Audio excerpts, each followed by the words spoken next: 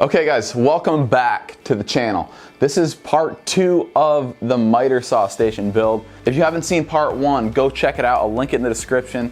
We built the base to this miter saw station with 10 drawers, maple, mahogany, very cool, matches the shop. So if you haven't checked that out, do that first. Today we're gonna start on kind of tying this whole thing together. I bought 3 really expensive things on the internet.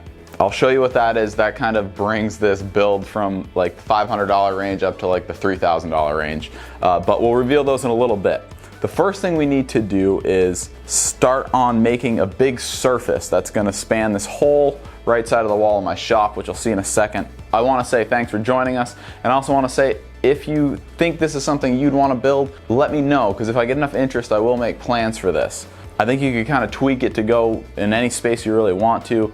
It's kind of modular, and it's not like a gigantic thing with like a bajillion drawers that can only kind of go one space. I don't know, there's a lot of them out there. If this is one you think you'd be interested in, let me know. So, off to the table saw, let's rip some plywood and start on the top of this.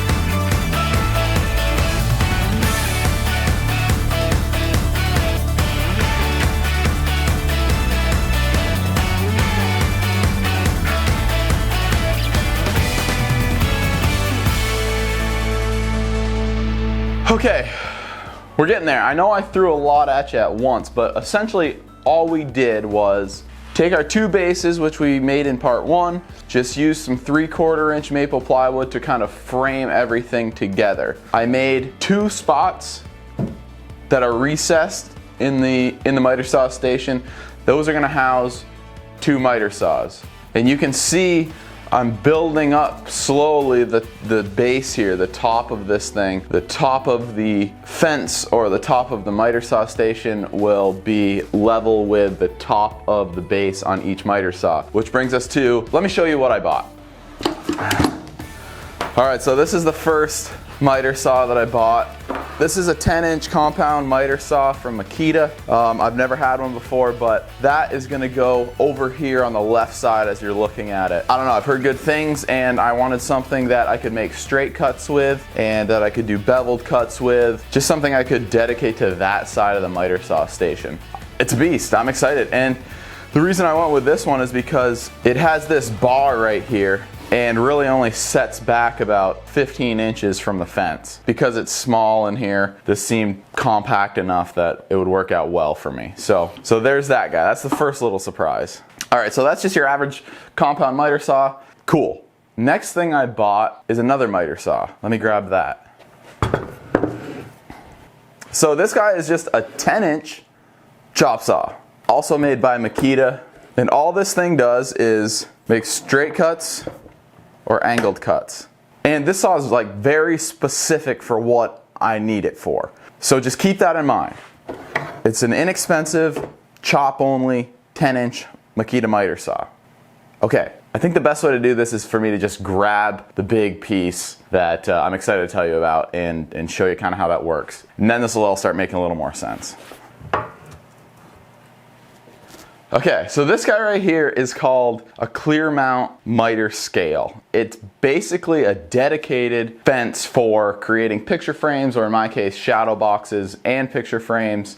And it actually bolts right to this style miter saw. This is something I looked for a while, and I was finally able to find one. It's basically just gonna make my life so much easier when it comes to cutting 45-degree angles. This saw and this scale are gonna live on that side of the miter saw station, and my plan is to have all of this match up. So you'll be able to run a board from that side of the miter saw station all the way to the other side, and it's going to run along this scale and then along whatever surface I have set up for the big miter saw. So it's a double miter saw station. One side's dedicated to cutting frames, one side is dedicated to doing all your other cross cuts. So now that we got that out of the way, before I put finish or keep going on the miter saw station, like I said, I'm gonna put these in place and then figure out where they're going to be positioned so that all of the fences line up all parallel, really nice and uniform. So let's do that.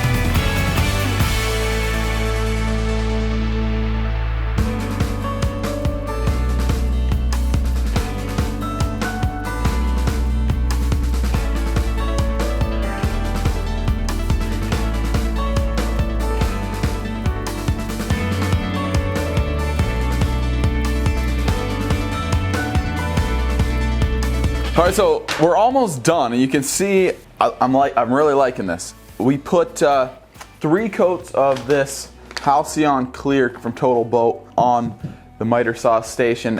I've never used it before, but I really like the finish. It's thick, and I think it's going to be pretty durable over time. The last thing, or second to last thing we need to do is, I always like to come back in and trim this up and cover up all this end grain from the plywood. And what I usually use is, this is just some 1/4 inch, I think it's maybe an inch thick mahogany. And I'm just gonna come in here and edge band everything you can see that isn't a nice maple edge. So this is just 1/8 inch round over with some stain and finish on it. I'm kind of excited because I'm gonna use the new 45-degree miter scale to cut this and trim this out. This is one of my favorite parts of any build, especially in here, and I think it'll just kind of tie everything together and look really nice. So let's do that first.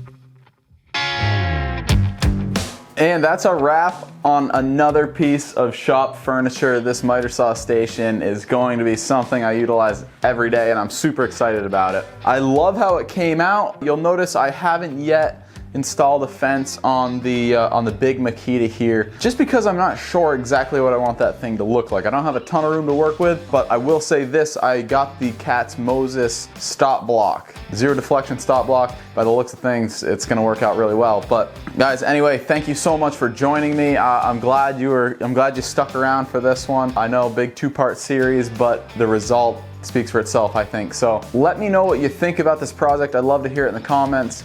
Subscribe if you're not subscribed, and please do share this with anybody you think might enjoy it. That is it for now. We will see you next time. See you, bye.